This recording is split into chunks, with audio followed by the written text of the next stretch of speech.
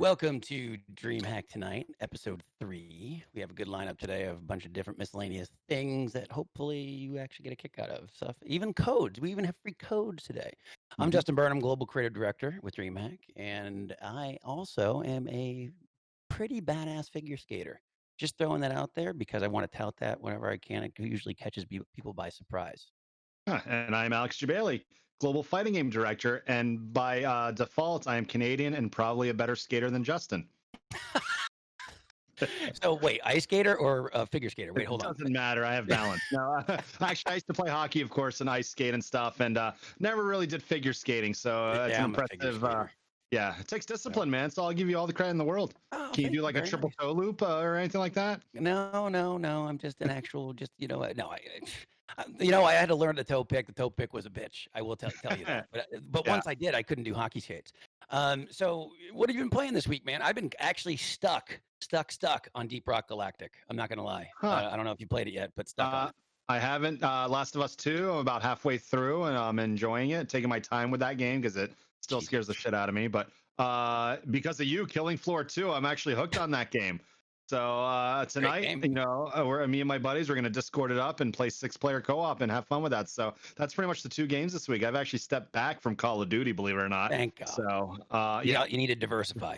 I do. Yeah. I mean, have all the time in the world, right? Well, lots of stuff to talk about in terms of diversifying. Lots of games coming out this year. And let's talk about some of those in the news today. So there's some interesting things coming up. One of them being Ubisoft. Ubisoft has their forward right now as we speak. So we're going to try to predict some of those games that actually is happening right now. So let's see if we can beat it actually before it's actually announced. I'm thinking Sam Fisher's going to come out. I mean, I'm hoping Sam Fisher's going to come out. Man, yeah. I'm a big Sam Fisher Splinter Cell fan. And then another big hype one for me for Ubisoft. I don't know if you ever played the first one, Beyond Good and Evil.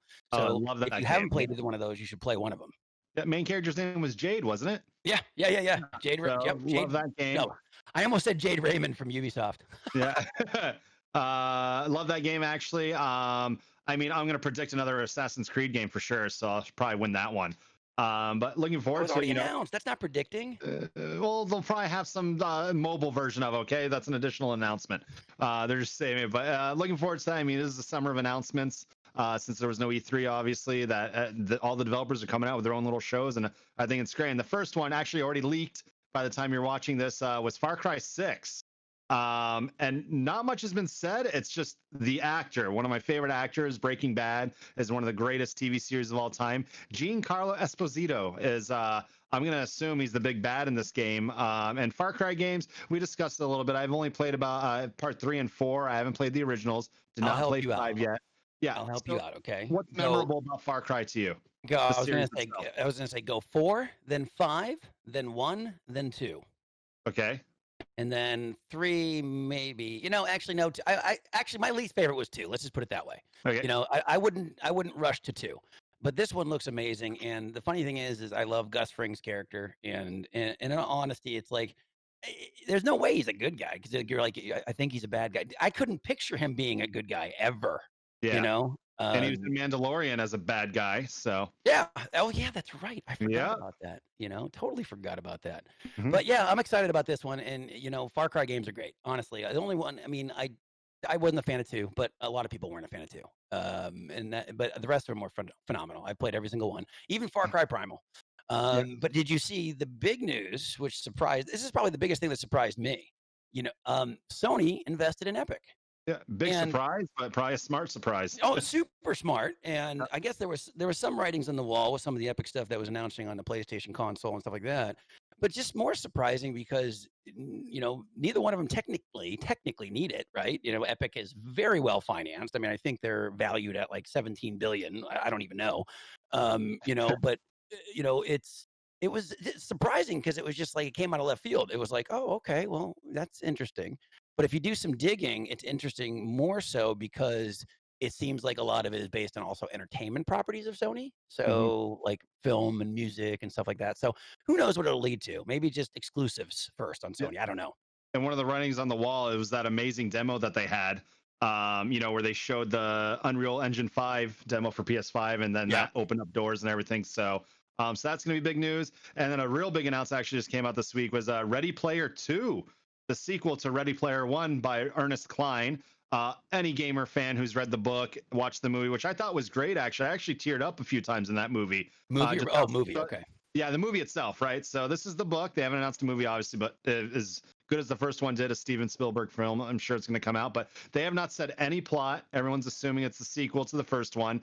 Ready Player 2, obviously. So it just makes you wonder, what are they going to do next, and branch into more mainstream gaming and cross it over. But I'm excited for it. It comes actually November 24th. And you can actually pre-order the book. Have you ever actually pre-ordered a book, Justin? No, I have not. But what do you think in terms of book or movie? Let's hear it. Book, that's a popular thing. What do you think? Book or movie? Ready Player One. I always prefer to watch the movie because that saves me about 10 hours of my life. But okay, I'm going to side with you on that one. Very few times where we actually agree with each other. That although I will say, and this is funny, I'm sure I'll be made fun of for this. This is one of the few books I've actually read on my own accord. Actually, I have it on my bookshelf to my left. So, but did you read it? Read it though. No. Okay. On to heartbreaking stuff, though. I mean, at least to me, basically there was an article, I think a couple days ago, not too long ago, that kind of outed canceled Valve games. And it's God, it killed me, because we all want Half-Life 3 and there was evidence that it was canceled. We all wanted Left 4 Dead, and that was evidence that was canceled. And some of the things they were doing with it, supposedly was super interesting. Half-Life 3 was going to be procedural generated. It's like, whoa, that's interesting. And then Left 4 Dead was going to be open world. And then they were even working on an RPG, like Souls-like RPG or type of Monster Hunter RPG. And I'm like, whoa, Valve on an RPG. So it really broke my heart that some of these things that were canceled that never came to light. I don't know how big of a Valve fan you are with their games. Oh, I love Left 4 Dead. I mean, we have Killing Floor right now to kind of quelch that thirst. But Half-Life, I actually loved 1 and 2. Half-Life 2 is one of the greatest games of all time. So it's sad, right? So are you thinking, are they just focusing on VR? Are they just focusing on Steam, as a product? But they know Half-Life 3, it's going to have to come out sooner or later, because that will just print money for them. So it's kind of sad. But at least we kind of know for now that it's not the priority on their minds. Yeah, agreed. And like you said, we do have games that kind of are in a similar manner and kind of adrenaline pumping, like Left 4 Dead, like you mentioned, Killing Floor. And that's actually brings us to Indie Heartbeat.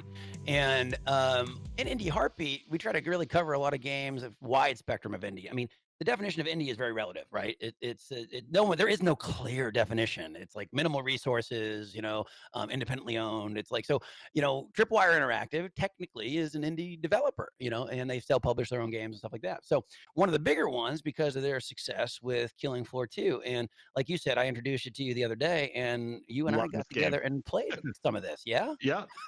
We didn't get very far. No, we didn't. And the reason we did this is because it's free on the Epic Store right now. And it made me think, oh, dude, Jebailey and I should jump into that. It's free on the Epic Store as of, I think, Friday. And we have some codes to give away this week, right? And these are Steam codes. Yep. So we're going to be giving them away. The way you get a chance is obviously we send this straight to YouTube for you. Just make sure to like, subscribe, and just leave a comment what you thought of the show. Mention why you're there, probably for the free codes, and then we will be sure to DM you and congratulate you and enjoy the game. So definitely check it out. And it is actually crossplay between Epic and Steam. So if you already downloaded the Epic game, you can play it with Steam, or if you prefer Steam, you might have a chance of having it on both. So definitely an awesome game. I'm going to dive into it more this weekend and just have fun with it. And it was great because when we played it, and then I played it on my own time streaming it, they're like, people came in like, why is he streaming Killing Floor 2? It's like, oh, wait, they added all this new stuff to it. Like, these are people that have played it before. And like, there's all these updates. Let me jump in with you. So great to see that kind of stuff. So, but let's show people what we did. Yeah, they've definitely kept super active. And yeah, let's go to the video and show everyone that you had to be carried the whole time. Yes? Yeah. Let's show that. So you would think a game like this is repetitive, but just the variety with all the different weapons. Just makes Dude, there's so many different monster types too, though. So it's not really that repetitive at all. Yeah. Yeah, I bet you think that having dual pistols makes you feel like a badass. Oh shit! Good job. Kyle's now my ghost rider. rider. I forgot Thanks, about Kyle. these things. Shit. Also, don't forget you have grenades with the left bumper. Oh, okay. Yeah, thank you. I forgot about that. If you restored them. I don't remember these red things. Oh, there's like invisible ones. These little guys are the tricky ones. They actually trapped me in a corner. I couldn't get out, and I didn't realize they're like at my feet. It's kind of like when you and me are working in a van. I don't realize you're there until I hear you. There's spiders right by your feet, dude. Oh, son of a bitch. Dude, Florida's known for cockroaches and spiders everywhere. Yeah, there's also a bunch of people behind you. It's usually like my autograph sections. Let's see. Oh, Jesus Christ, dude. You know, I'm telling you there's people behind you, but are you telling me there's people behind me? No. Good teamwork there, buddy. Oh, we got it. Oh, big guy.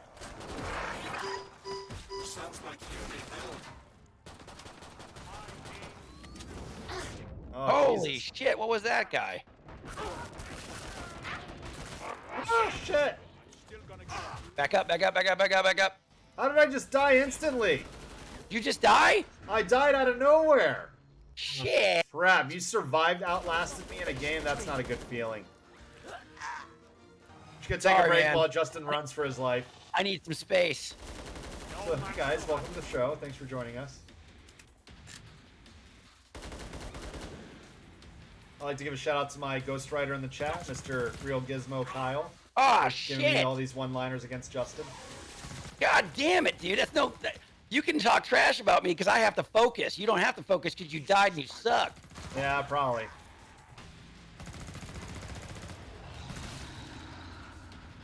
I don't even know if I come back after this wave. Look at that guy. What was that noise, dude? Oh, shit. It's the mid-boss. Oh, my... Yeah. See you in the afterlife, buddy. You should probably still keep shooting. He's dead. I swear I feel like I'm watching Indiana Jones in like a tomb right now. But he has Sean Connery's voice. Yeah. Hey, I'm back in the game. Okay, cool. Are you back? Yep.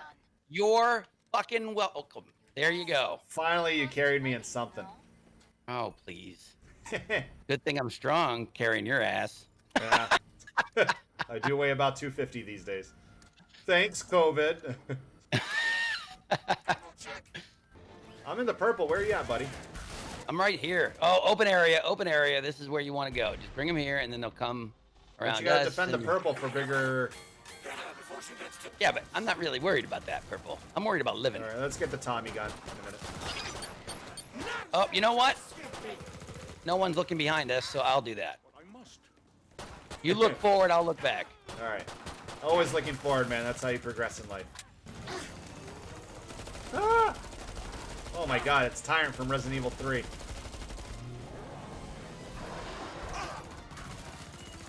You're welcome.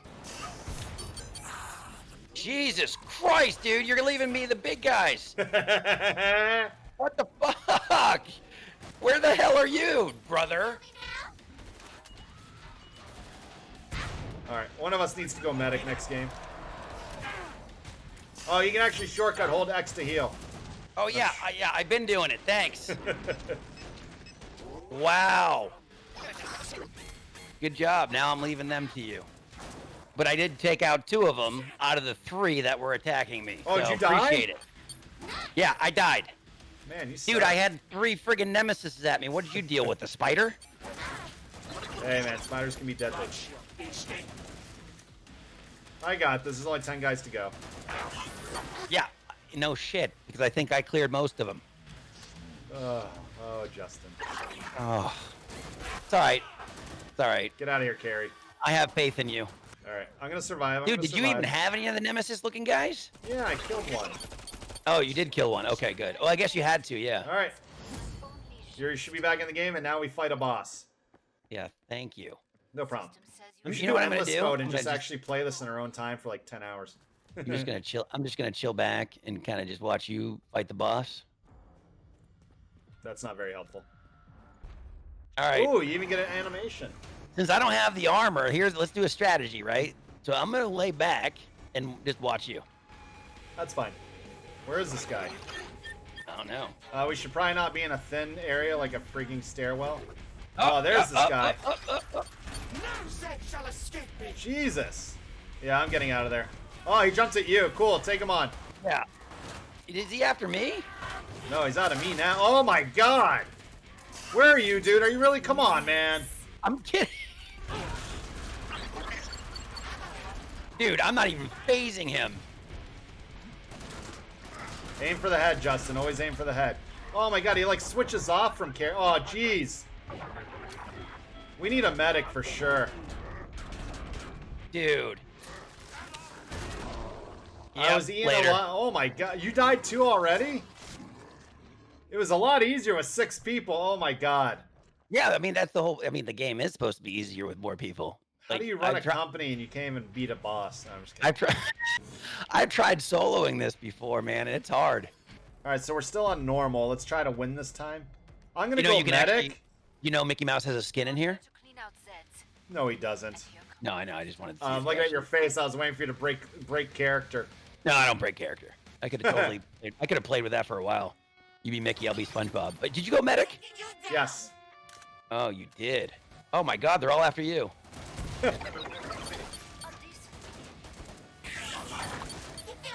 Oh Jesus, dude! I didn't even see the big fat guy behind me. Way to give a heads up.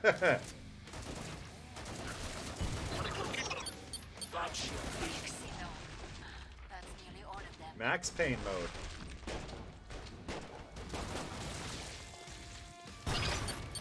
Nice grenade.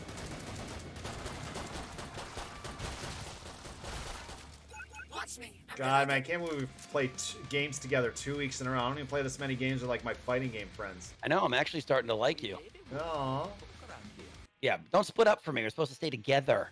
Where are you? I mean, there's not many. I ran away from you. Oh Jesus Christ! These freaking invisible sons of bitches. I always forget about those things. I think they're called John. Oh God, that was actually a really cool slow mode. All right, yeah, clip that. The spider jumping right at you is actually behind pretty cool. you. There you go.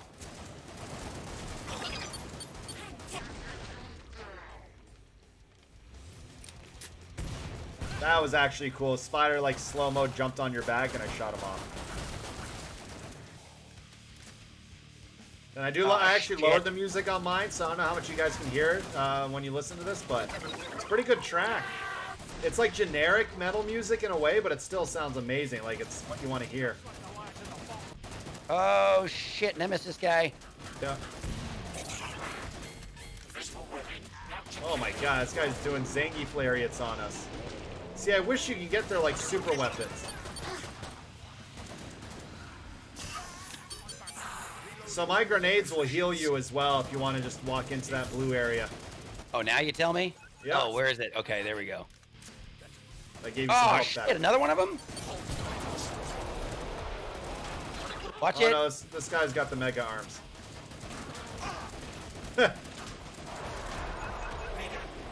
Oh, dude, Jesus. I just saw a robot and I didn't know that. I thought that was you.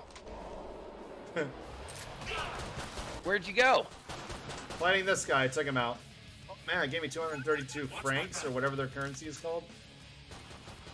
That was the last one. Yay, new pod. 4 seconds. Yep, not getting shit. I'll wait for the boss. Oh, dude, I just got the grenade launcher. I got the biggest one. Oh, we are at the boss. God dang it. We're at the boss. That's why I got the grenade launcher. Oh, it's a Big Daddy. The hell's what? BioShock? Yeah, doesn't that look like a Big Daddy to you? Yeah, that's the new map, right? Where is it? Oh, you didn't see the animation? Oh, Open he's space. coming. Oh shit, there it is. Yeah, I didn't see the animation. Okay, definitely use cover with his things. Oh my god! What He's is gonna bring a that proton shit? cannon. Jesus Christ! Dude, are we never gonna be able to beat this game? Yeah, we should have played with 4 other players. Shit, get out of there, Swanee. Oh my god, I died. Come on, dude, really? Dude, why? We're on normal mode. Oh, you're a goner. I wonder what max level in this game is, because now, like, it just makes you want to keep playing and leveling up. Oh, that one doesn't help. I ran into the back of a wall. Jesus Christ. They even give him a win animation. I love it. You're horrible, Justin. I'm sorry. I just lasted longer than you. You're supposed to carry me. No, I'm not touching that joke. You can hold on. Yeah, I was gonna say I almost did. You're I'm good, like, you're good, yeah. you can't be mad at me for always lasting longer than you. There's nothing you can do about it. Yeah, so that was Justin carrying me and Killing Floor 2. We actually had fun, dude. Like, I can't believe we're getting to play these games together and we're generally bonding. having fun. Yeah. So like, it's not like, yes, we need to play this for the show, but that game was awesome. You were figuring stuff out still. That was new since you last played it. I was just enjoying the hell out of it. So it's just great to have a game like that and the times we're in and enjoy that. So Yeah, check the game out on Epic Game Store and then leave a comment and you know what to do. Yeah. So I mean, honestly, yeah, we're bonding, and you know what? Maybe we'll check out some of the games that are similar. If you like Killing Floor, and this is something for you and me maybe to do, because we're all of a sudden becoming best friends, friendies. You're playing more games than me than your own kids, Justin. I'm impressed. Check out Killing Floor if you've already played it to death, hours and on hours, because it has been out for a while. I mean, we just highlighted it because it was free on the Epic Store, so it was a kind of a cool. Oh my God, I remember that game. Yeah. Check out GTFO and Deep Rock Galactic. What does that stand for, Justin? What's that? What does GTFO stand for? You know what? Get the frick out. Well, you know what? This is a PG-13. Get the friends out. Get the fuck out. I mean, whatever you put in the F word. You're one. There it is. Yeah. You know what? Corona, right? Get the family out. Let's get the family out. That's a good one.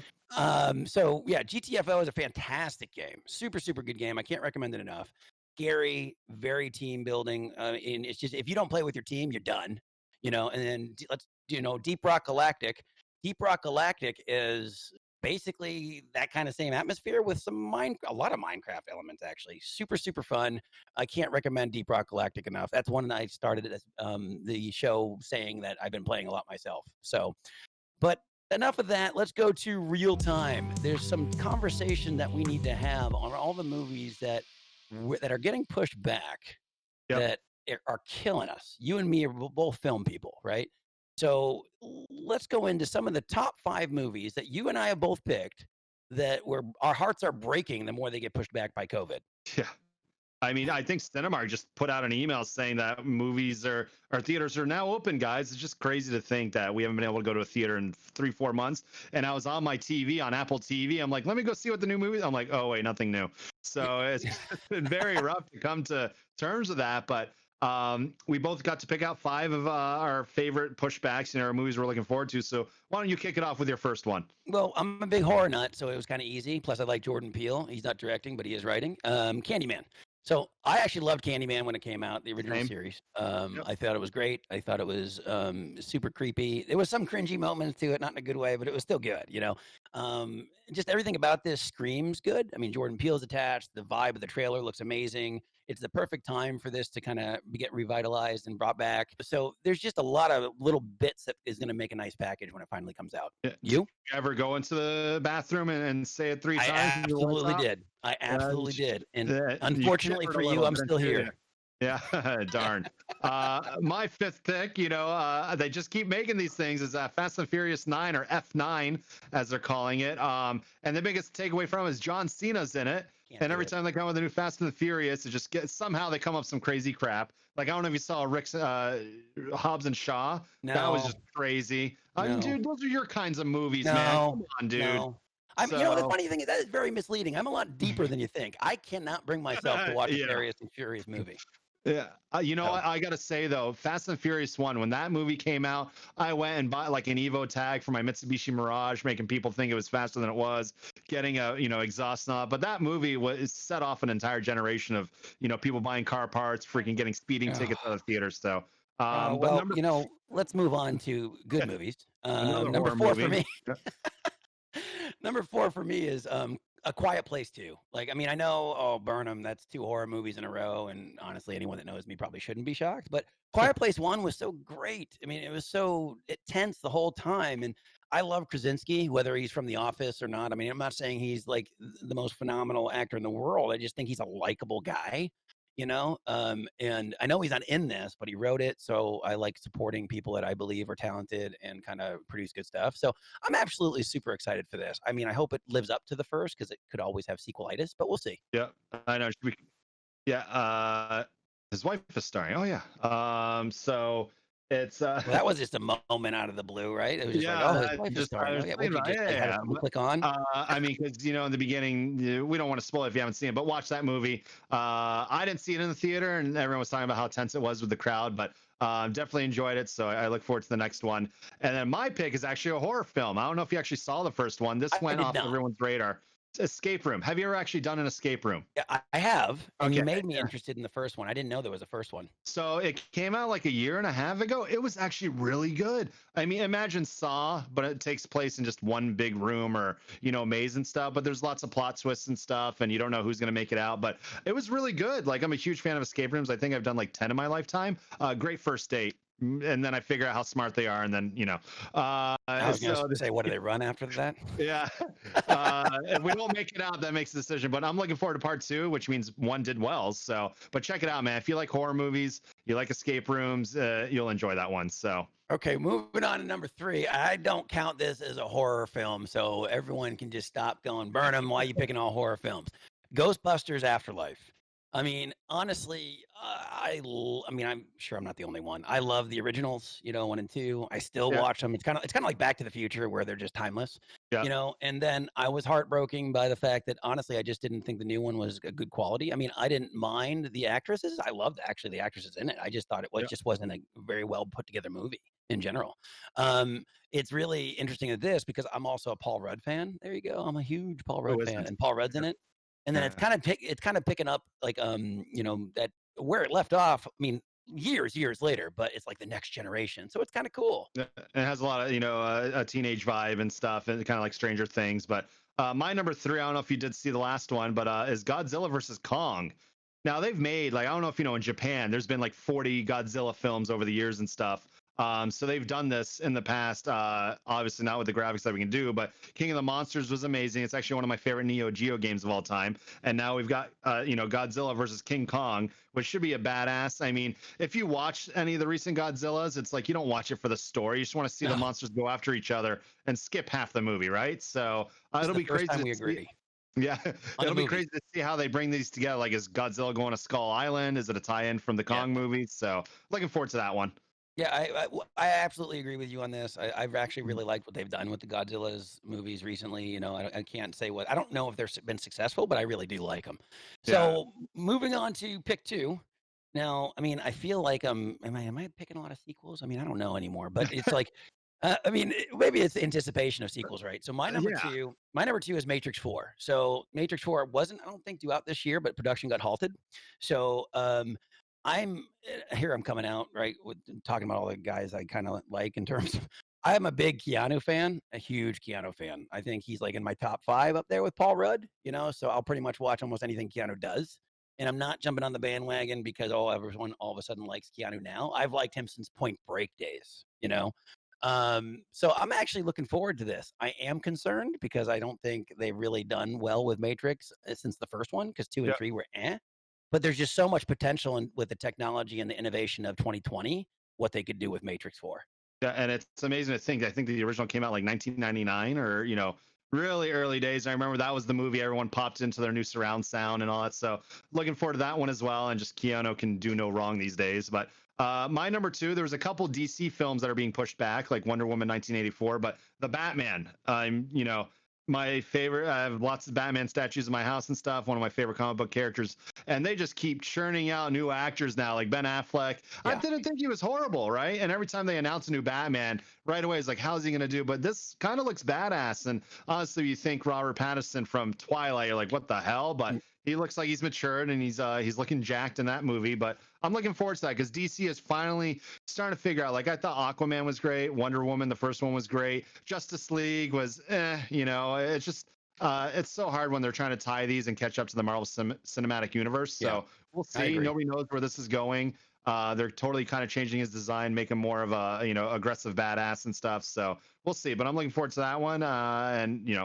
Waiting a little longer. Fun fact for you: if you erase Robert Pattinson of old days with Twilight and you see his newer stuff, you'll see actually how amazingly talented he is. So I get the point of hesitance of the beginning, but he's actually really good. Moving on to pick number 1, this finally no sequel or horror movie by Justin. Christopher Nolan's new one, Tenet. I mean, if this isn't number one on pretty much everyone's list, it should be. And if it isn't, you obviously haven't seen Christopher Nolan movies. Ironically, Robert Pattinson is in this, so that kind of, obviously Christopher Nolan believes in him. So, I mean, hands down, Christopher Nolan hasn't let me down yet, and hasn't let a lot of people down. So I think I'm looking forward to this more than anything. Yeah, I think it's going to be awesome. And, Christopher Nolan made the Batman trilogy, so seeing Robert Pattinson and Batman, probably behind the scenes friendships going on there. But mine, I'm a huge Marvel buff. The Marvel Cinematic Universe that we were all excited about. Thank God COVID didn't come out when Avengers Endgame had come out, and delayed that and would have just ruined it for everybody. Black Widow was my number one because that's, it's a prequel to Endgame, so you know what happens with her. What happened? Only good things, don't worry. And so she just having that, the trailers made it look badass actually, and you don't know what to expect because they've always talked about like when's Scarlett Johansson or Natasha from Black Widow getting her own spin-off film and all that. So that is delaying all the rest of the next phase of Marvel movies, like Doctor Strange and the Multiverse of Madness, which I don't know how crazy they're going to make that movie after Endgame had come out. So I'm looking forward to this one. This is my big one that was supposed to come out in May. They talked about it coming straight to Disney Plus, but they've held off and they're saying November now. But who knows when we're going to see this movie and then kick off the next phase of Marvel movies. But either way, all these movies are, I just can't wait for us to be able to watch new stuff and get into this while we're enjoying everything we can at home right now. 100%. And you know what? When we finally can go to the movies, you and I, let's do it. Let's do it. Let's just skip an event, be in the same city, and just go. You know what makes me sad? The Alamo movie theaters have been closing down. Have you ever been to an Alamo movie theater? Yeah, I lived in Austin. I know. Oh, yeah. Mind-blowing experience. Actually, I think I saw the first Doctor Strange at one. But anyways. Yeah, so absolutely. So on the film topic, basically one of the things you always hear about is film and games, games and film, right? It's like a hot debate. It's like, it has such a bad rap, no matter which way you go, right? Games to film or films to games, So one of the things that we want to actually kind of argue about, you and I have been back and forth on this, is what ones are bad, what ones are good. And to kind of go into that, let's go to Versus. Versus this today will cover what we think, you and I, are good versus bad. And so we don't have any kind of biasness between you and I. We are bringing in our Versus competitor judge correspondent, JV. JV, welcome. Hey, y'all. How you doing? Good, man. How are you? I'm doing really... Hang on. Can I... There we go. There you go. It felt like half of my face was gone for some reason. Yeah, keep going. No, we didn't need your face. That is true. That is true. I'll put it right back down. Ultra-wide mode. I like this. That's no problem at all. So, welcome.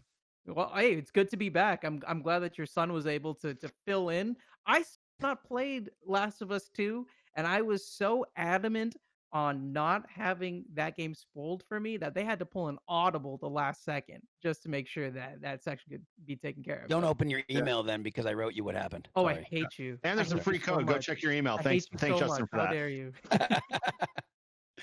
But I mean, so we want you to judge us. You're very, very much the knowledge expert of a lot of competitive things within DreamHack and in esports and stuff like that. I mean, we trust you, on that topic 100%. So we're like, what the hell? You know what? Jebailey and I aren't going to agree. So we want an unbiased opinion. Let's bring in the competitive pro and kind of weigh in on who gets the points here, even though we know you'll pick me, right? Okay. I can't I'm going to pick you, okay? We share a name, but I don't know if we share tastes on many things. True. So good point. So let's go to our bad picks first. Our bad pick one. So I am saying E.T. My bad pick is E.T. And my case is that literally there was a documentary made about this game to where they grabbed every damn copy made and buried it in the deepest holes of hell so no one could actually find the game.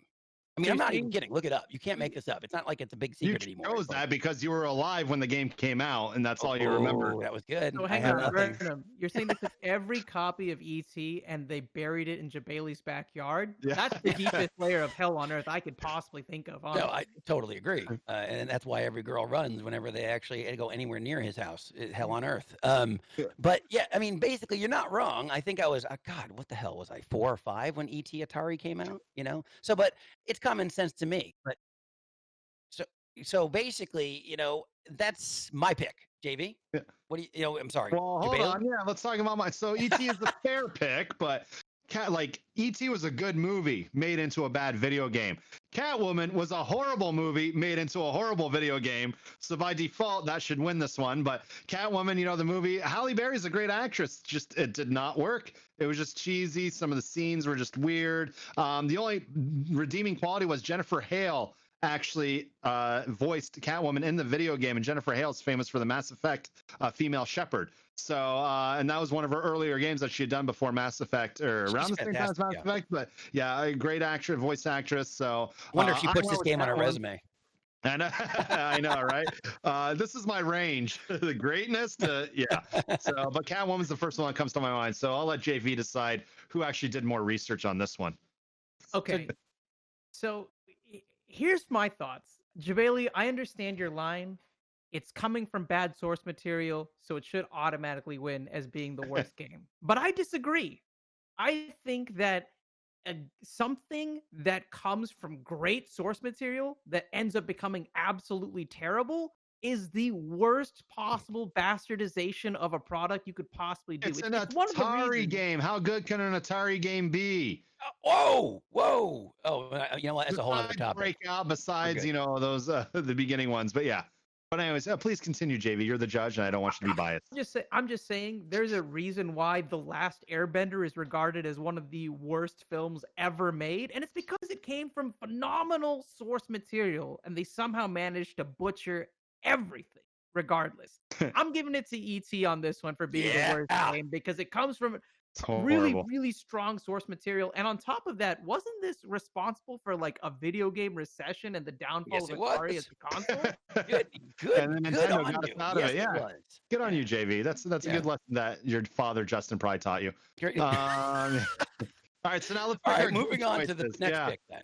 Jebailey, you go first in this one. Okay, so Back to the Future is my favorite movie series ever. Oh, good. Or movie trilogy, right? It's just great. Although if you go to Nitpickers, there's literally like 90 bad camera cuts. Just look it up within the movie that you'll notice after you learn about them. But Back to the Future came out with a Telltale series, and if you know Telltale, they've done all the Wolf Among Us, the Batman. All these different series, Game of Thrones. But Back to the Future was just a great way to take you back.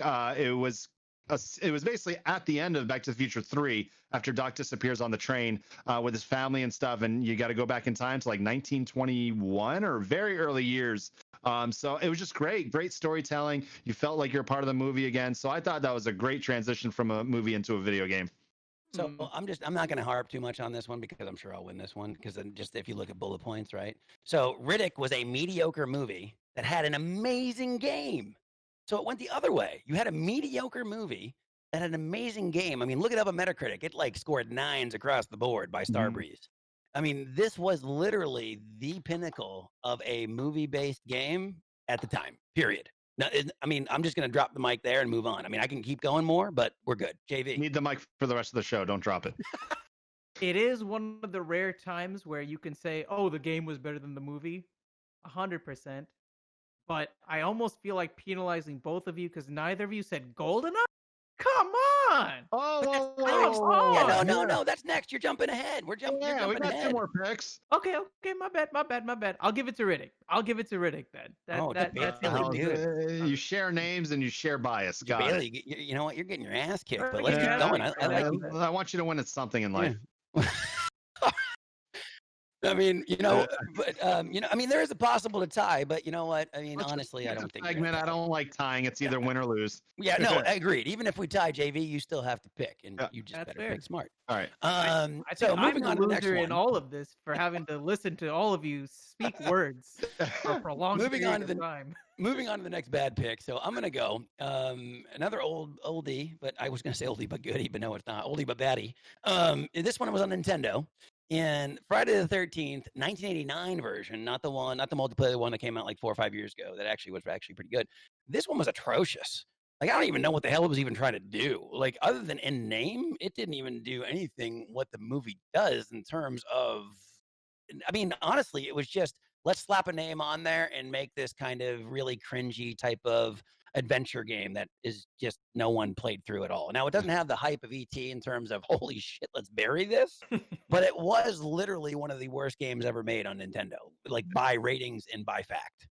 Jeez, there's Justin going first a 1960s pick, now a 1980s pick. Anyways, Again, 3 years older than you. yeah, I know. Breaking the fourth wall. So Street Fighter, the video game, was turned into a movie. That movie, which was, it's okay, you know, it did its part. And back in the day, into a video game based on the movies. So the movie, the game, the movie, something like that. But that is regarded as one of the worst video games movie turned into a video game, because that game in our industry of the fighting game history, it's one of the worst fighting games ever made. It actually looked cool at the time, you were fun, but some of the characters, the best characters, weren't even characters that you know from the Street Fighter universe. They were like add-on characters like Sawada, Captain Sawada, and that. But every character, nobody knows, well, most people know this if you played the game, has an infinite in the game. Easy juggle infinites. It just wasn't a competitive game at all. So this is my choice for one of the worst video games based on a movie ever. So I'm going to raise my hand and ask the judge to disqualify based on the rules of the game, because here's why. It was Street Fighter, so it was a game property that had a movie that made a game after the movie. So technically, by default, it came from a game. This isn't about how this is about films that were games. And this right? was a film that became a game. Yeah, from a game property. So I vote disqualification, JV. I will not disqualify this, because this is a totally different entree. Completely different. It shares the title Street Fighter in name only. You can look at the right and see this is a clear bastardization of anything. It's the equivalent of being like, Mom, can we get Mortal Kombat? Oh, we have Mortal Kombat at home, and this is Mortal Kombat at home. You know what I mean? It's so bad. It is trash. Burnham, I know Friday the 13th was one of the worst games of your childhood, but for Jebailey, it was just a Tuesday. I'm giving it to Street Fighter the movie on this. Yes. No, I'll agree. Street Fighter was shit, and I'll respect your decision, even though it doesn't belong in the rules. But that's fine. All right, Jebailey's got to have one. I understand your sympathy. Yay. All right, so moving on to the last I know one. what Justin's going to pick in this one. Continue. Yeah, I mean, honestly, game over. Game over. JV, you know what? If you want to be on the show anytime soon, I think you should probably pick me. No, I picked GoldenEye. Another, goody. I mean, here's the thing. I dare anyone to find a better movie property game that did so much for the gaming industry. So take away the fact that it was actually good.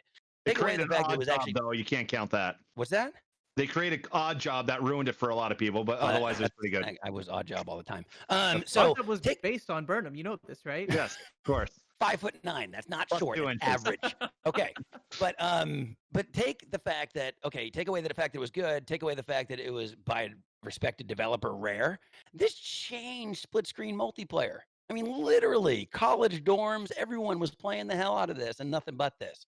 So I won't even go into it. All you, Jebailey, try. Feel free to try. Perfect Dark came of it. That was great. I picked, in my world, we call it Aladdin, but Aladdin was a Disney movie turned into a game. And the reason why I call it good, this actually started one of the biggest debates in the history of video games. Which version was better, the Super Nintendo or Genesis? But either one was fun, but I preferred the Super Nintendo version. But this is one of my all-time favorite childhood games from the Super Nintendo. Just playing Aladdin, the upbeat music and stuff. So I went with Aladdin as my number one because it's Aladdin, man, or Aladdin, as I like to say in my native tongue. So I don't know. Justin's probably played both. I mean, I'm gonna choose GoldenEye in this situation because that's still also one of my favorite games. But fortunately, there were a couple good games that were based off of movies and stuff, and these are two of them. No, these are both awesome games. It's interesting because GoldenEye was definitely the more impactful of the games by far. Right. Yep. I mean, it is the split screen FPS functionality on a controller is still to this day really, really great. But what's not to this day so great is going back and playing GoldenEye. I don't know when the last time it was that either of y'all actually sat down with a Nintendo 64 controller and tried to play GoldenEye. It's not a fun experience. No, it's not. But we're not going off of the fact of whether it's relevant still, because Jesus, I'm 40. I'm not going back to play Aladdin. But that's the debate in my head right now, right? Because Aladdin, I could go back and have a great time with even now, right? Well, then I think. Oh my God, I might tie. Oh my God, am I going to tie? I think he's tying as a cop out. Come on. No, that's my face. What? All Where did right. you get that? That's Okay. amazing. I mean, okay, let me tell you right now. Just JV wins this. if you tie this off of GoldenEye, how I dropped the mic with GoldenEye, just you change your address because I think everyone in the damn game industry is gonna be like, dude, you picked Aladdin over GoldenEye. No. I'm not gonna let you shame me into the decisions that I make. I already picked GoldenEye ahead of time. I just wanted Jebailey to feel better for his pick. Don't worry about it. Thank you, buddy. I But Jebailey, appreciate I that. do agree with you that the Super Nintendo version is the optimal version, Yeah. even if the Genesis one developer looks better. prefers the Genesis version. Yeah. All right, so then I'm sorry, could you say it for me, JV, out loud? Who won?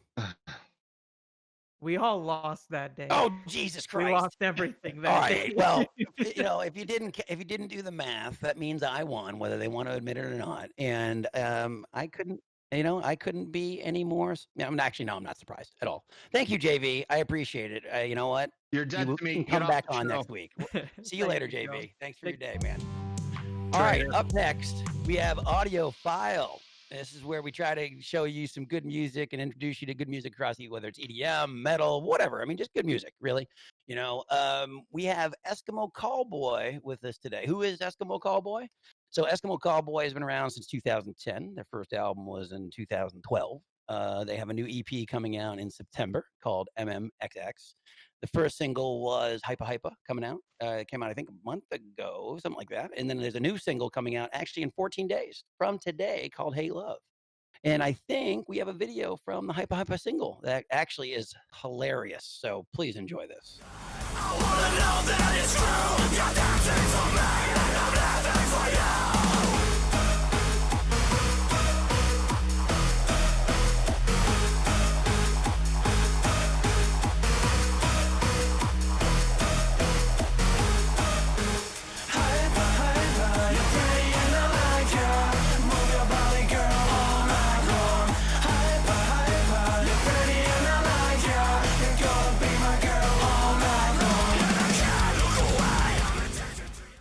That was Hypa Hypa with Eskimo Callboy.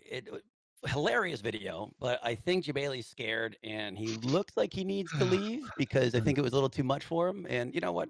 That's okay, Jebailey. We all can't be strong individuals. I can't handle these guys, so I'll let you take it away.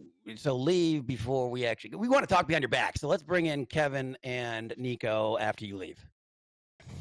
Hey guys, what's up? Hey, what's up? Nice to be here with you. Oh man, pleasure, man. I know it's super late where you guys are. They're from Germany, so they're being super cool in the fact that it's like, what the hell time is it? They're 9:30 right now. So yeah, it's 9:30. Exactly. You're so right. Never too late for the wig, though, right? Never too late for the wig. No. Which wig do you mean? Which wig do you mean? Oh, are you kidding me, man? I mean, that's right there. That's right, Joe Exotic. All natural. Oh, it's natural. Oh, okay. Gotcha. I mean, if that's natural, man. Hey, if it works for you and you're happy, then great. But welcome, man. I appreciate it. Super, super, super glad to actually have you guys here. So, I mean, you have, Hypa Hypa is blowing up the scene. It's actually one of the things that I actually caught my attention and wanted to kind of bring you guys on for. We kicked off Alex because you guys scare Alex. Alex is a very, very, very sensitive guy. And sometimes he was there and then he was gone. Why? The thing is, we are very, very sensitive too. Yeah. The thing is, Joe Exotic is my biggest idol. Well, you scared him. Alex is crying now, and I'm gonna have to give him a hug after this. For such a long time, I've been struggling with my outer appearance. And now somebody's leaving the chat because of our looks, It doesn't feel too good, but oh, please take care of him, okay? Yeah, I will. I'll give him a hug, But going back to the music, he needs it. Going back to the music that scares him, honestly, I think it's great. You guys have a lot of influences. You guys have the metal, you have the comedy, you have the hardcore, you have the electronic. Was that what you guys wanted to do from the beginning, to combine these genres? So how did that even start? Yeah, absolutely. It's like Eskimo Callboy is existing for almost 10 years now. And we started exactly with the mixture of those different genres. And this always, was the base for Eskimo Callboy. Like we always mixed electronic music, pop music. We love sing-along choruses. And but we also love metal music. And when we started the band, it was all about like, we're gonna go hard in the breakdowns and then in the verse, but we want to have those pop Backstreet Boys sing-along choruses, and that's what we did. And with every new release, we try it again. And with Hypa Hypa, I think it worked perfectly this time. That's not something I actually usually hear often. Backstreet Boys meets metal. So with Hypa Hypa specifically, like the video is funny as hell. I honestly, I think the more people that see this video, it's going to start like a trend and like bringing the 80s mullet back. But was it because of you felt the vibe fit really well for the song, or did you like Joe Exotic a lot? Is there any relation to the Joe Exotic thing? No. The thing is, we all had like very, very bad times caused by COVID-19. Mm-hmm. And we thought we had so much bad vibes and everything's like going down, and we want to make something funny. And that's all. Yeah, it's all this compressed energy that we had in our bodies, and we were sitting in our rehearsal room and was like, we need to write a good mood song, and a happy song, and a good party song. Yeah, that makes you dance and feel good. Yeah. And wash away everything. Well, it worked. It worked because I saw a lot of people on social media trying to like copy the dance and copy that stuff. So I mean, it definitely worked. It was funny as hell, even seeing people copy it. With Nico joining the band, how has that changed the influence? Right? Nico is fairly new to EC. How is that? What's the next evolution of EC now that Nico is part of that vision? Right? I can't answer it. Yeah, I can't answer it. So. As I said, Eskimo Callboy was all about like sing-along choruses, and Nico is a very good singer, and I think we can stress that much more in the future. We're gonna keep our the spirit of Eskimo Callboy will be the same for the future, but we're gonna stress the vocal parts a little bit more in the future, I guess. And Nico is a brilliant songwriter. He worked with us the last 3 to 4 months, I guess. Yeah.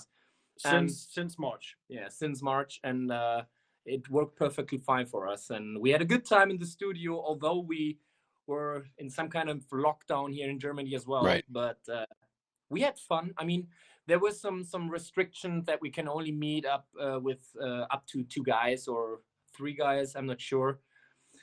Don't want to say we gave a flying fuck about that,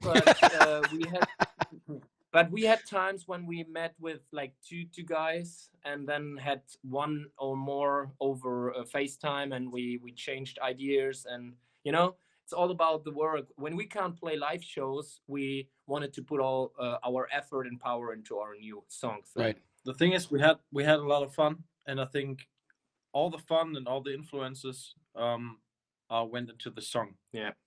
That's good. And, I mean, it's good too, because I really think I think the party song vibe, especially of Hypa Hypa, really kind of puts in a good mood and very much a shitty 2020. You know what I mean? So I think it's great. Yeah, that's it. That's it. Really. And I remember an interview.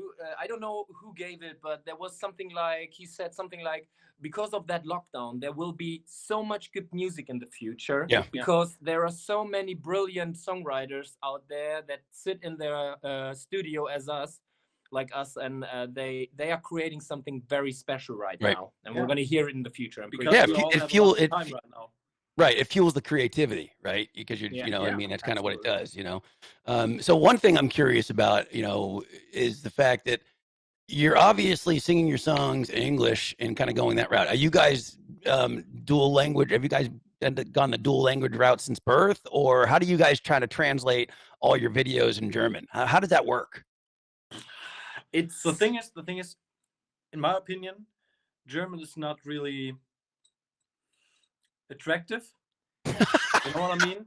It doesn't sound too good. It sounds not like English. English is like a global language, and everyone understands.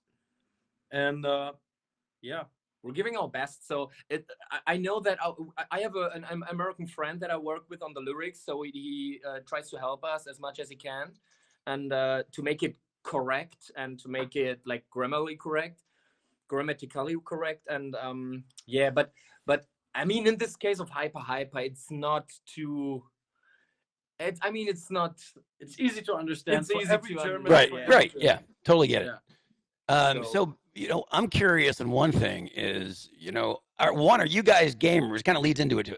How did you come across doing a song for Rage 2? Are you guys gamers? I mean, how did that even happen? Did Bethesda contact you? I mean, it's just a lot of people might not know that you did a song for Rage 2, and you did. So yeah, we did, and so we've been playing games our lives long. Oh, thank you for the. And there's a Gamescom in Germany, right? And it's huge. Yeah.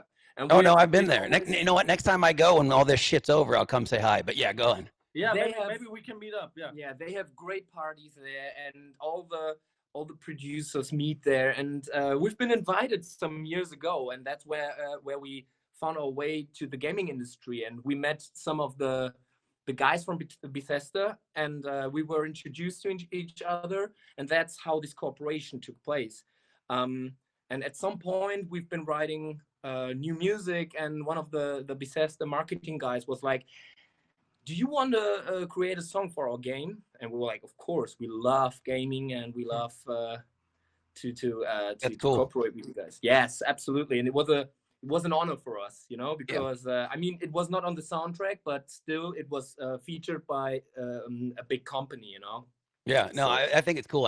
I personally love the series, so I think it's very, very cool. And Bethesda does great work. So combining you guys with Bethesda, that's a good thing to tout for sure. So let's pretend I'm new to Eskimo Callboy, right? I mean, the whole point of these segments with music is try to introduce gamers to cool music, like such as your guys at Hypa Hypa, Eskimo Callboy's work, all that kind of stuff. Well, I've been listening to you guys for a while, so it wasn't just Hypa Hypa that I all of a sudden jumped on this Hypa Hypa bandwagon. Like one of my favorite songs by you guys is "Nice Boy." Nice Boy, holy hell! I mean, "Nice Boy" is a damn good song to listen to in the gym. I can tell you that. Yeah. But what would you recommend? What album would you recommend if I was new to Eskimo Callboy? Like, you should absolutely check out this album as a new listener. This is our kind of DNA. I know. Yeah. I can tell. In my opinion, the best album is The Scene.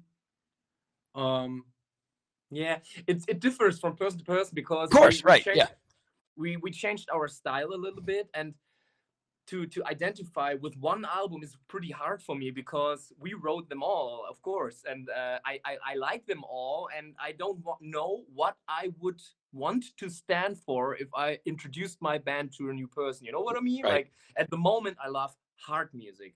I have so much energy in my body due to the lockdown, and I would say The Scene is cool. Yeah. Crystals is cool as well. Yeah, it is. I wouldn't recommend Rehab at this point because it's a little bit softer in general. But there are some cool songs. For me as a singer, I think the Rehab album is musically the best one. Okay. I think so. Yeah. Yeah, but it's not. It doesn't have those vibes. Yeah, and it's a good point too. Vibes, It's a good point. It all depends on what you're kind of looking for. I mean, it's all relative, right, to the taste. But I just wanted your perspective on what you guys think we should be telling people to go check out Eskimo Callboy and what album. So one of the things, new stuff. The next one. Well, yeah, the new stuff, yeah, and I mean, I'll pop that at the beginning because I know about that one too. But the other thing I also noticed too is you guys do covers. You guys have cinema, you have Santa Claus is Coming to Town. I mean, holy hell! I mean, what I would have never thought a metal band doing Santa Claus Coming to Town. It's like Jesus Christ, I don't even know where that came from. And then you have Backstreet Boys. So how do you guys come up with this? Like, did you guys just like draw a straw and say, "Hey, let's do Santa Claus is Coming to Town"? I mean, did someone reach out to you from, I mean, how did you pick these? Yeah, Santa Claus is Coming to Town with a cooperation with some other bands for our old record label, actually. So it was the idea of our old record label. We are good friends with them still, and they asked us, we want to do that Christmas song with like Metalcore All Stars of Germany, and yeah, we were in, of course, and it turned out to be very cool. So some for the metal Christmas, and it was a good idea, and we were in, of course. And cover songs in general is, I mean, it's easier. I mean, it's not easy to make a good cover song, but it's easier because you have no lyrics to write. You have no new melodies or whatever. You have to just put it in your own style. But I have to say, in the old days of Eskimo Callboy, we had more time to do covers, and at the moment we take all our time to write own music, you know. Right. So if we decided to make another cover song, it's supposed to be a part of a new album, and we prefer always our own music, you know. Right, of course. Yeah, it makes total sense. It was just your selection was just all over the place in a good way, and every cover song you guys did was really good. You know, Absolutely. so and because you're right, it's not good to do a good cover song. I mean, it's not easy. You know what I mean? It really isn't. I've heard some terrible ones. So yeah, on the new stuff, the best example is Puddle of Mud, I think. Oh yeah. I forgot. Yeah, you did that. That's Puddle of Mud. Way to bring them back. Yeah. Holy shit. You know, on the new stuff, you know, you gotta, I don't know if anyone knows this, but if you don't, you have a new single called Hate Love coming out on July 24th. Yes. The new album, MMXX, you know, MMXX comes out in September. So what are we expecting from Hate Love? I mean, I haven't heard it yet. Obviously, I don't think you put it out yet until July 24th. So how much different is it than Hypa Hypa? How much is the album? How much is Nico helping shape the new album? All this kind of stuff. First of all, it's completely different to Hypa Hypa.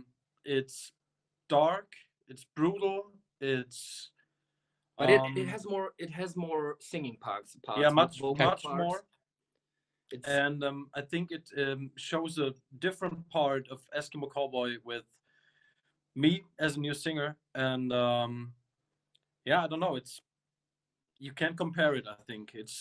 We had to decide when we wrote the song. We had to decide in which order we would put the singles. You know, we had those 3 songs that we decided to be a single, and Hypa Hypa was the first and obviously the best choice, and the second one is totally different direction. So Eskimo Callboy has always been about diversity and trying out new stuff, and I would say Hate Love is a complete different stuff, you know. Yes, it is. I think that's great. It shows your range, but it puts right? light on a different aspect of Eskimo Callboy.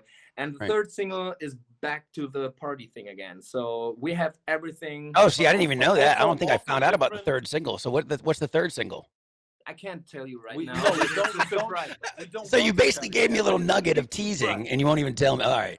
Yeah, but it's gonna be cool. We just had some friends over here from our German, from a German web scene, and we when the cameras went off, we showed the video to them, and they were like fucking freaking out. So we know, we know that this song is it's working. It's working. Yeah. Good. It's also very different from Hypa Hypa, right? But it still going hard. It brings back all the good vibes and everything that we want to show you. Yeah.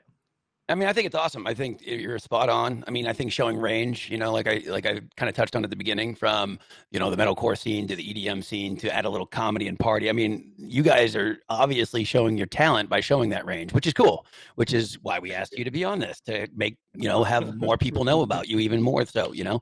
So I'll end it with this.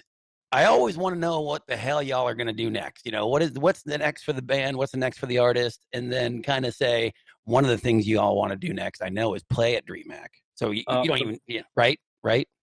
Yes. Yeah.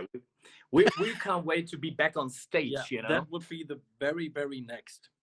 Back on stage, playing shows, presenting our new songs, everything. And at the same time, we're working on new music, of course. So when we started to write songs at the beginning of the year, it was not clear that it would be an EP, you know? Right. Yeah, we wanted to produce an album. So, but we thought in this special situation that we are in currently, it would be better to bring something out very fast, and that the people have something to listen to and to see, to watch. You know what I mean? Like, we can't wait for next year. You know? No, makes sense. We're gonna go nuts. But the next step is definitely a new album. Yeah. Okay. This makes sense. I mean, I'm super glad you guys made the time. It was interesting trying to align all this, but we did it. And finally. I'll tell you guys right now, when everything comes back to normal, I would love, on behalf of DreamHack, I'd love to work with you guys. So let's try to get you on one of the DreamHack events for sure when everything goes back to normal. Let's do it again. Let's do it again. Absolutely. We're gonna be your guest. Oh, absolutely. But as long as you wear the wigs and do the Hypa Hypa dance, we're done. We're Done. gonna teach you then. I think we Promise. have to come. How about over this? and Okay, we I'll have go to on dance- record we right have to now. dance I'll go on. together. I'll go on record right now to end this segment. I'm sure everyone's gonna laugh about this one. That if you do it and you come and you do the Hypa Hypa one, I will get on stage with you and wear one of the wigs and do it with you. Deal? Man, We got Word. a deal. We got a deal, man. Okay, So deal. We're working on a new tour. So when we come over, deal. Okay, done. All right, guys. Promise. I appreciate your time, man. I really do. You know, I'll Thank bring you very Alex much back for in here. having us. I'll bring Alex back in here. I mean, I'm sure he's done crying, you know, but we'll give him hugs. I'll tell him you guys sent him some hugs too. All right. just Very sorry. just give him a mullet. I think he's Yeah. appreciating it. Tell him we're very friendly guys, and if we meet ever, Yeah. we're gonna hug him too. A beautiful mullet and a beer, and the day's yours. Yeah, we'll get him a wig. I think he's balding, so he'll appreciate that. So I appreciate it, guys. Perfect. Have a good weekend. Thank you very You much. too. Thank you. Take care, Bye, guys. bye. All right, it's safe, Jebailey. Come back. I had to hide Are under you the okay? desk for that. Yeah. You good? Okay. They're not You so know, bad.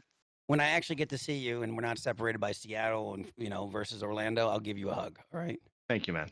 You're welcome. I'm here for you. So up next we have TMYK, and the more you know. I will not tell you Jebailey's definition of the actual acronym, and he can tell you one day when it's more appropriate. Or just tweet at me. We have a video we want to show you with the topic today. You know, basically, DreamHack's birthday was last year. It was 25 years. So we want to reminisce a little bit by showing some old school still that we have showing that you can see right there. I mean, look at that. I mean, my God, I don't even remember monitors like that. Yeah. You know, but very, very interesting stuff dating ourselves back 25 years. And I think we have the video from 1999, actually. And it's it's very hard to find videos from esports back in the day. So this is a relic of the past, the DreamHack's past. And as you know, it's been around for so long, and we want to dive into just everything that came together. And this is one of their very first LAN events when they started filming and capturing it, because a lot of these events didn't have origin videos. You just they appeared and then they grew into what you know today, but it's hard to get footage from those days. So, but that's probably Doom right there, one of the first games that people LAN together and stuff. And StarCraft, I believe, is like early 2000 or 99 or something. But Martin, I believe this is one of the founders, right, of DreamHack? Correct. Yeah, it is. This is when video was first made, dating back to years and years. Yeah. I mean, look at those computers.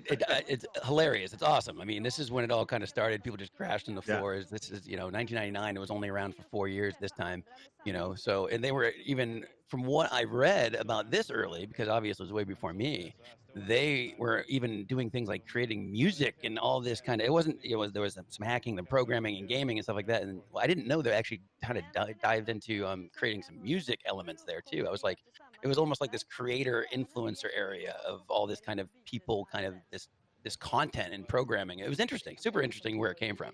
Yeah, and imagine just we see today, like we go to DreamHack Winter and everyone's in the snow bringing in their gaming chairs, their slim monitors, their towers. Imagine carrying all these CRTs in and out. But this is I love origin stories, so this is pretty impressive stuff. I actually haven't seen before we started talking about doing this. And these guys, it's all in Swedish, so we had to have a resident translator translate what they were saying.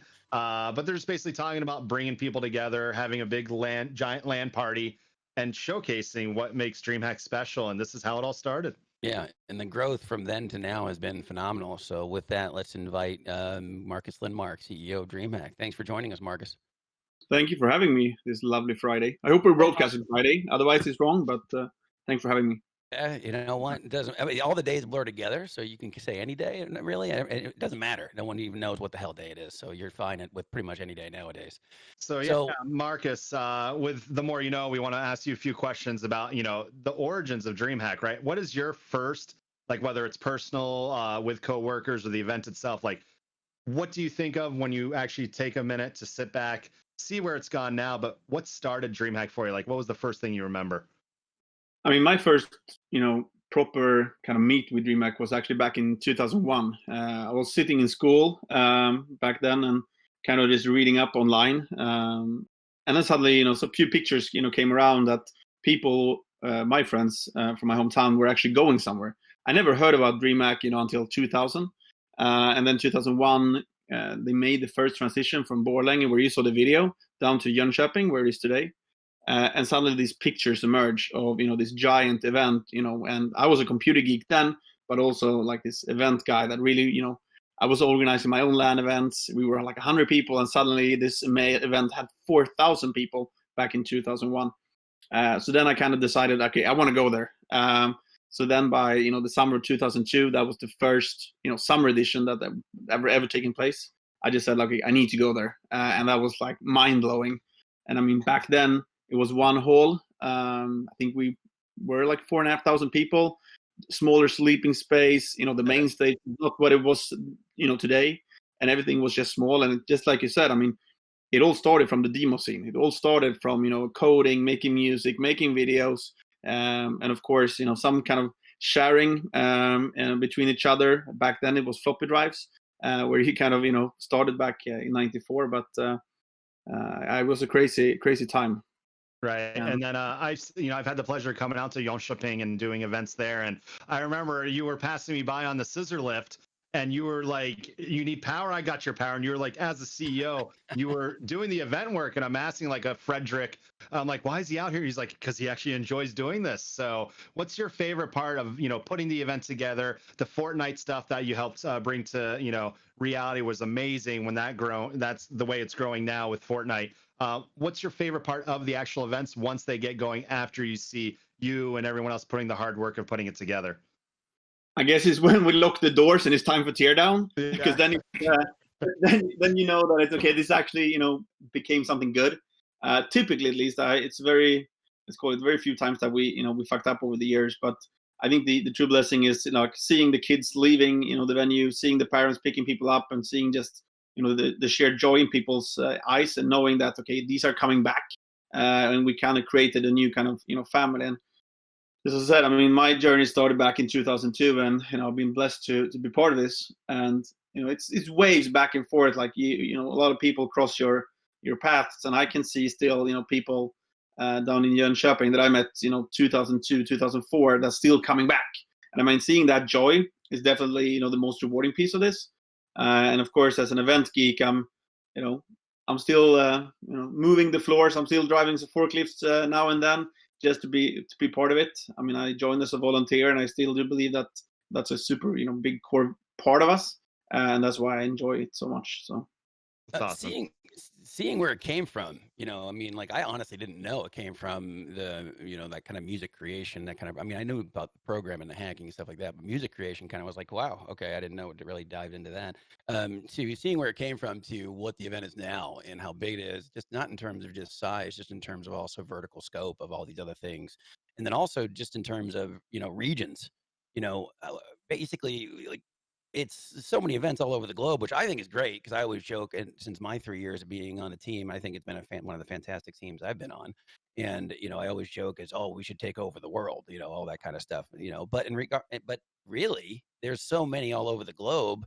What are your kind of goals in terms of like what regions you'd want to be in next? Whether it happens or not, it's just like, what are the personal favorites of where Marcus sees DreamHack?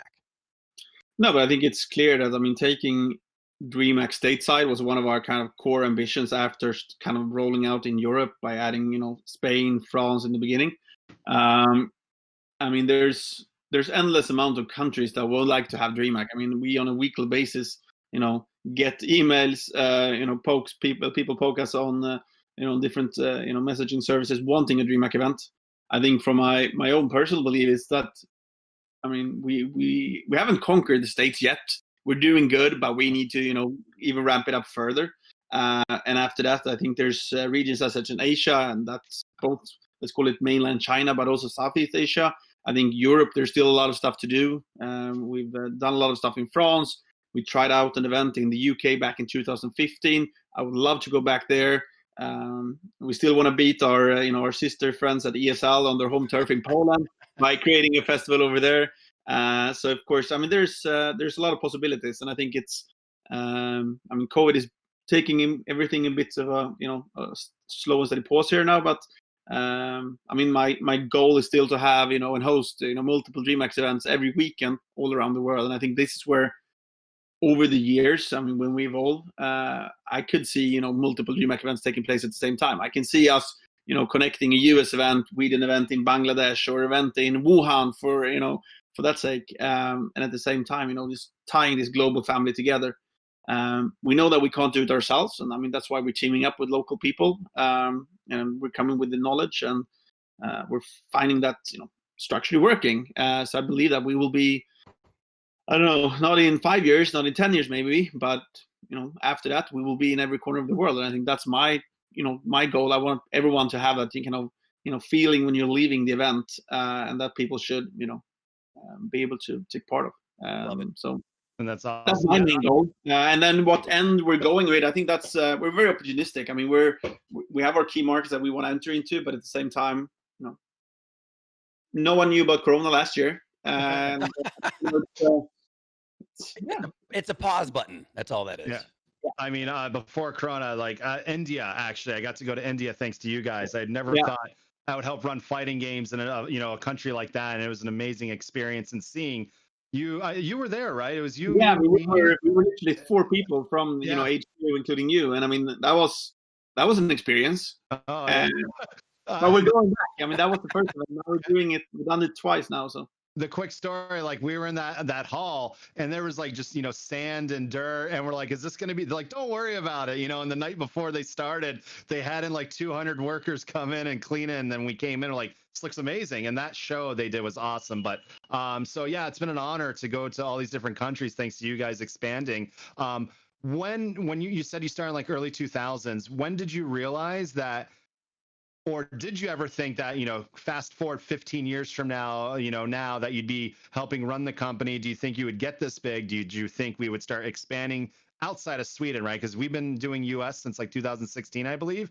When did you think that this was going to happen? And was it because a big sponsor came in and goes, let's help you grow this? Was it the company going, hey guys, let's expand. This is now the time to do it. Like what started that? No, I mean, like I said, I joined as a volunteer back in 2002, fully joined the company of January 2007. I was then working at a power plant, completely different, agenda on a daily basis. But at the same time, I really loved, doing these LAN events and the different tournaments that where I was, growing up from. And I think, when I joined, we had 2 great guys back then, my bosses. And they were set and clear that, okay, we want to build, we want to grow and we want to go big. We want to do cool stuff, and sadly we're not working together anymore. But the kind of the decision to early 2010, I think beginning of 2011, we decided, okay, let's start to expand. Already then we had, I think, probably 50 partners all around the world that was kind of organizing their own tournaments and bringing, sending their winners to DreamHack Summer, DreamHack Winter.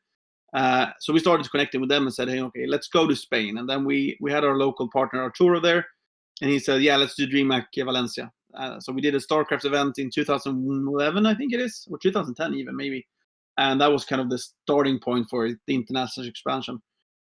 And I think it's clear that we've always been this event business, that company that's been growing, slowly and steadily. We're always invested the money that we had into new events and new stuff. And therefore, the pace hasn't been super fast from time to time. But we always kind of, I think, we started with Spain, we added on Romania, which is now PGL. We went into France, we went into Germany, and then we said, okay, let's do America. Let's properly do America now. And I think it was a phone call when me and Mike, one other guy from the company, we were looking at like, where should we go?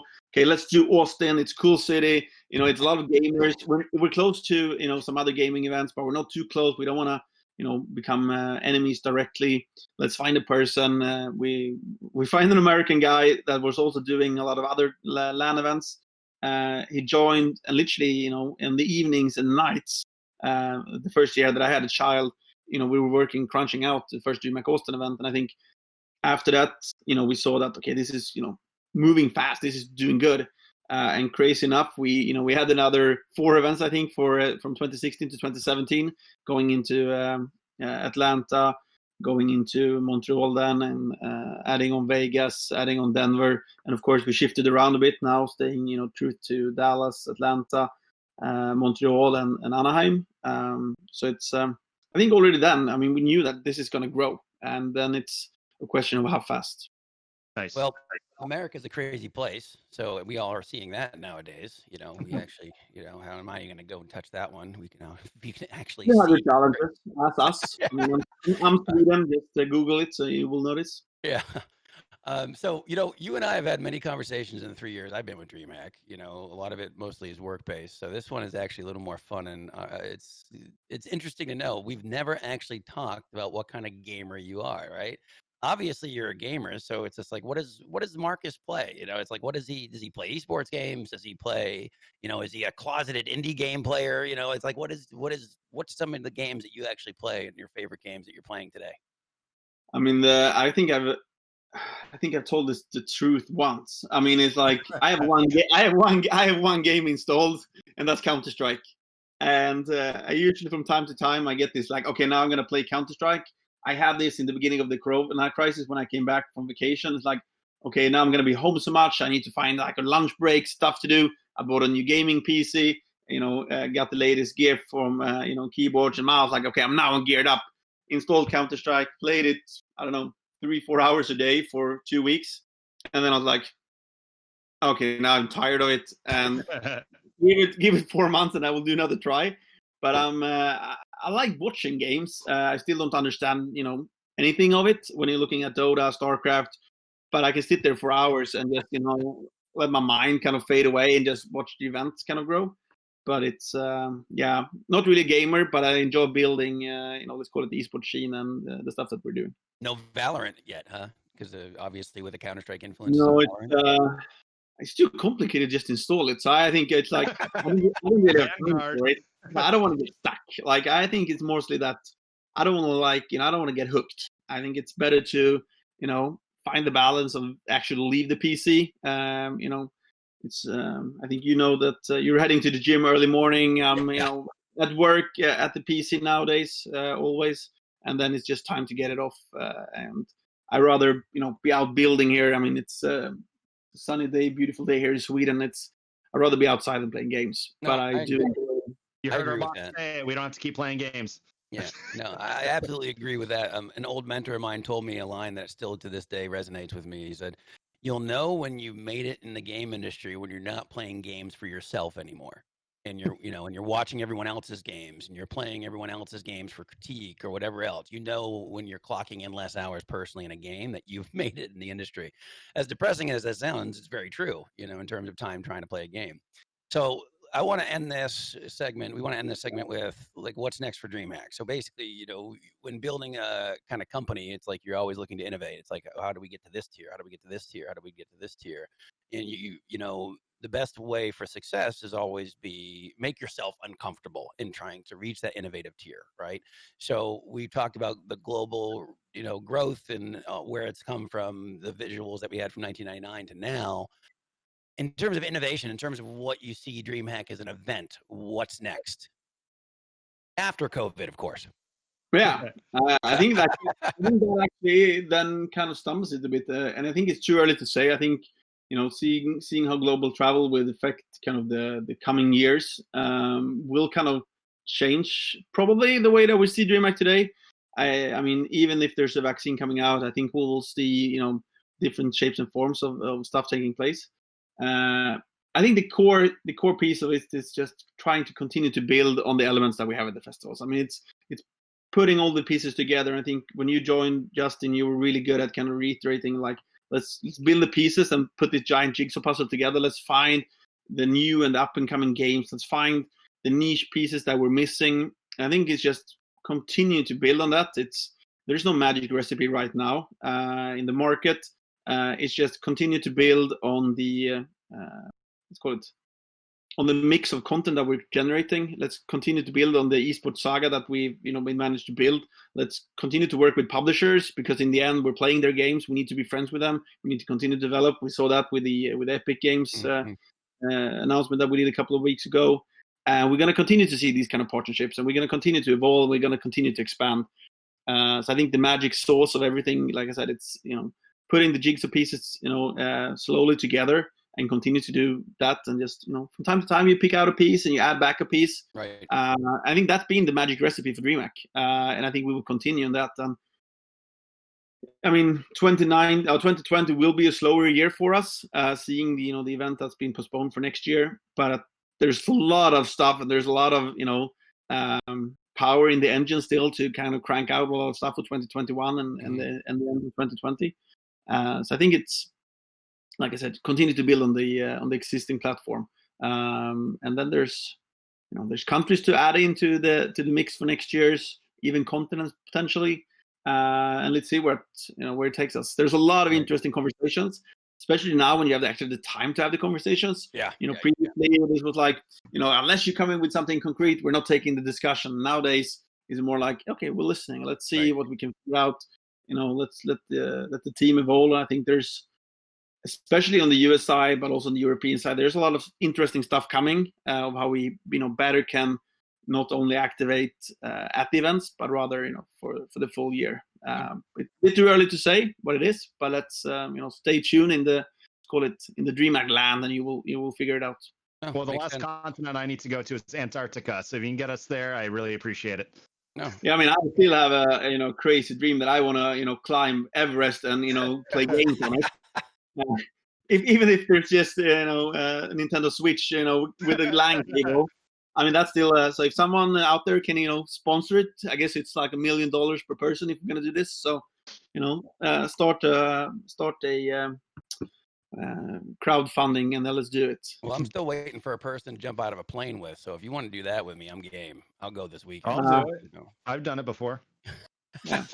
Well, either way, Marcus, my gift for my future wife to be the first date we were on, or first birthday present. I was throwing her out of an airplane. So.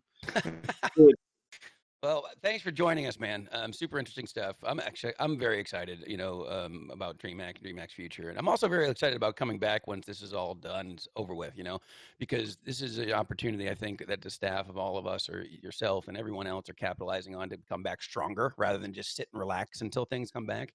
Like you said, the time we can actually get to things that we maybe didn't have time to get to beforehand. Because one of the things that I actually think is when it all does come back is it's almost an even playing field. Everyone's been off for so long. It comes back to an even playing field, and we have an opportunity to come back even stronger to kind of, uppercut the people that might have gotten comfortable with that playing field. You know what I mean? No, but definitely, I think I agree to that, and I think there is. Sadly, it's tough for businesses out there. I mean, you can when you're reading on the event industry in the US and in Europe, it is tough. Right. But we're definitely going to come out strong from this. And happy to be on today's episode. And feel free to invite me again, and let's talk other content than just playing video games. Yeah, absolutely, man. Thanks for coming. I appreciate your time. Martin. Best to you and your family. Have a Thank good you, weekend. everyone. Up next is BPM. This is where we try to give you, tips for health, whether it's physical or mental. Jebailey has a little work to do on the mental side of things, but, he'll get there. I'm proud of him, and step by step, day by day. Jebailey, what do we got today?